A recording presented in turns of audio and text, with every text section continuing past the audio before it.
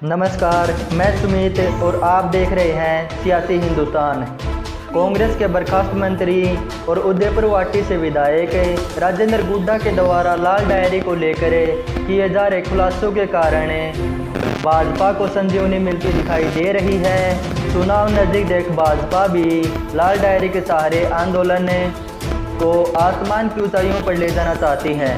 इसी क्रम में भाजपा ने मंगलवार को जयपुर में बड़ा प्रदर्शन कर ताकत दिखाने का फैसला किया, किंतु इसमें पूर्व मुख्यमंत्री वसुंधरा राजे ने एक तरह से बहिष्कार करके संगठन की ताकत को कम दिखाने की कोशिश की। मज़ेदार बात यह है कि जिस दिन भाजपा संगठन के द्वारा प्रदर्शन किया जाता है उस दिन वसुंधरा राजे या तो दिल्ली चली जाती है या फिर जयपुर में रहते हुए आंदोलन से दूर रहती है।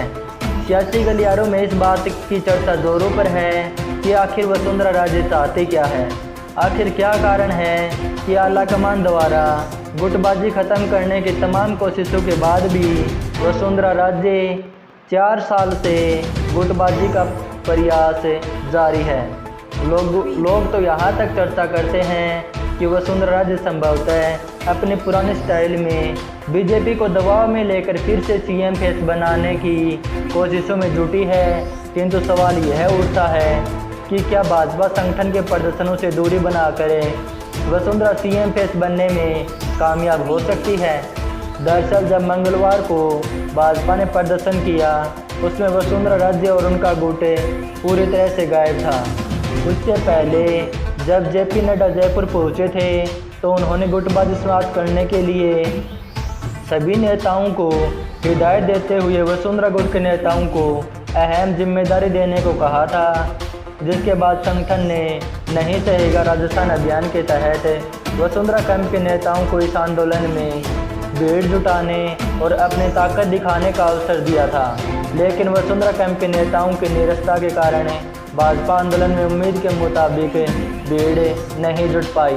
भाजपा के जिन नेताओं को नहीं सहेगा राजस्थान अभियान की जिम्मेदारी दी गई थी उनमें पूर्व मंत्री सुरेंद्र पाल टिट्टी, प्रभुलाल सैनी और बाबूलाल वर्मा जैसे दिग्गज नेता थे। इसी तरह वसुंधरा खेमे के माने जाने वाले संजय शर्मा, सुनील कोठारी, शैलेश सिंह, मान सिंह गुज्जर, शंकर सिंह राजपूत रोहित जैसे शरीफी नेताओं को जिम्मेदारी दी गई थी।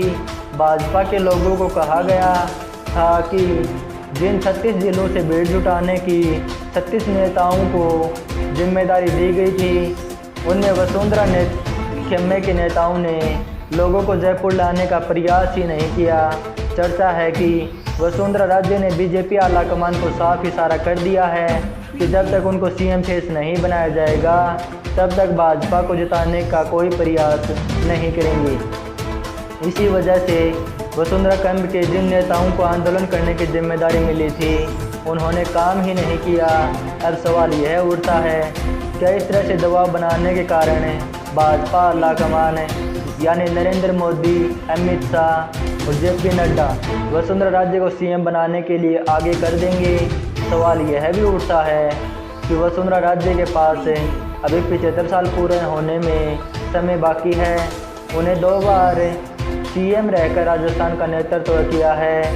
उनको आखिरी तीसरी बार सीएम फेस बनाने से परहेज क्यों किया जा रहा है।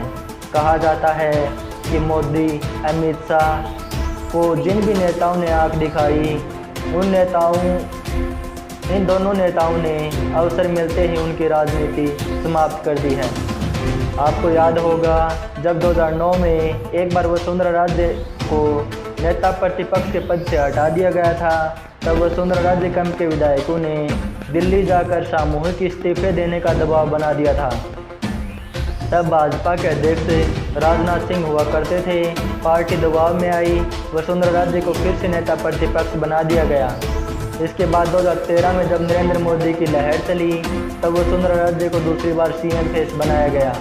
किंतु जब 2018 में अमित शाह ने अध्यक्ष रहते हुए राजस्थान भाजपा को अध्यक्ष अपने पक्ष से बनाना चाहते थे, उस समय वसुंधरा राजे ने अमित शाह को आंख दिखाई।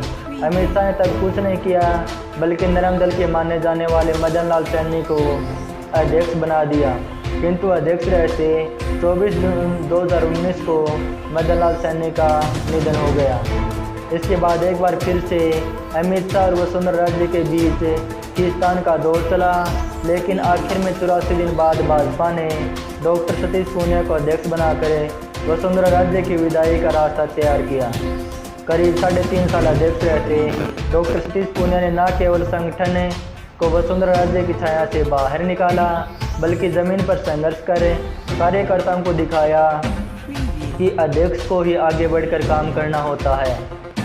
तब कार्यकर्ता अपने आप काम करते हैं।